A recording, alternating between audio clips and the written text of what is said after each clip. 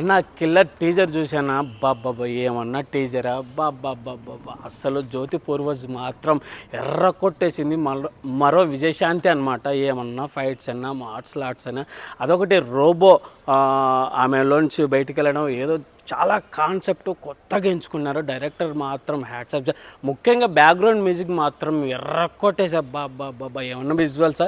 Killer అంటే ఏదో మామూలు అనుకుంటాం కానీ వామ్మో ఇలాంటి కిల్లర్ అసలు స్పై అస్సలు బ్లడ్ తాగే అమ్మాయి అంటే వామ్మో భయం వేసింది. ఓవరాల్గా కిల్లర్ టీజర్ మాత్రం చాలా బాగుంది. జ్యోతి పూర్వజ్ అయితే మొన్న టీజర్ చేసేటప్పుడు చాలా ఎమోషనల్ అయింది. నేను సీరియల్ యాక్టర్ని, ఒక డిప్రెషన్లోకి వెళ్ళానని చెప్పి ఆమె ఇంత మంచి క్యారెక్టర్ రావడం చాలా బాగుందని చెప్పి చాలా ఎమోషనల్ అయింది.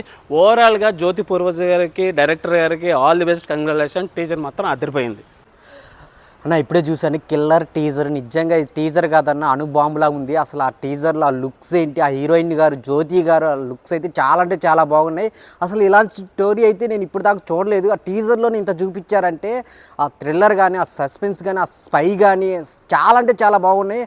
ఒక్కొక్క సీను ఆ టీజర్లో చూపించినవి చాలా చాలా గ్రేట్గా ఉన్నాయి. ఇంకా ఓవరాల్గా 2 hours మూవీ చూస్తే ఆడియన్స్కి అయితే ఫుల్ మీల్స్ అనమాట.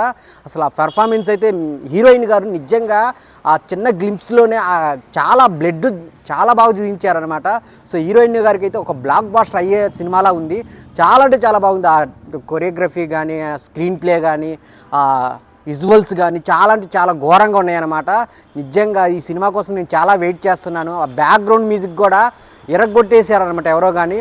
ఆ డైరెక్టర్ గారు మెచ్చుకోవాలి ముందర, పూర్వజ్ గారు చాలా అంటే చాలా బాగా తీశారు. మంచి స్టోరీని తీసుకొని దాన్ని టీజర్లోనే ఎంత బాగా చూపించాలో అంత బాగా చూపించి ఆడియన్స్కి ఇంత ఇంట్రెస్ట్ క్రియేట్ చేశారంటే నిజంగా గ్రేట్ సార్.